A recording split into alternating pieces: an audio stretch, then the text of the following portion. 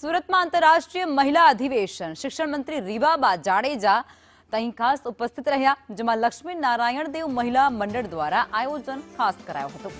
Cervical cancer, મફત sanitary પેડના કાર્યક્રમો નિબેદાવ્યા પણ હતા અને આ સાથે જ મહિલાઓને સુરક્ષિત રહેવા માટેની સલાહ પણ આપવામાં આવી હતી।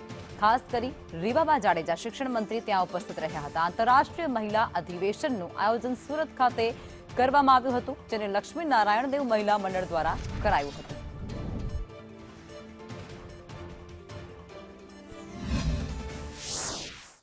મહિલા સશક્તિકરણના એક ખૂબ જ સરસ આયામ સાથે આ મંડળ કાર્યરત છે, જેમાં સર્વાઇકલ વેક્સિનેશનની વાત હોય, આત્મનિર્ભરતાની વાત હોય, સ્વદેશીને વધારે બુલંદથી મજબૂતાઈથી બહેનોની વચ્ચે મૂકવાની વાત હોય, તો આવા ત્રિવેણી સંગમ સમા કાર્યક્રમમાં મને આજે ઉપસ્થિત રહેવાની તક મળી, એ બદલ હું ખૂબ હૃદયપૂર્વકનો આભાર માનું છું।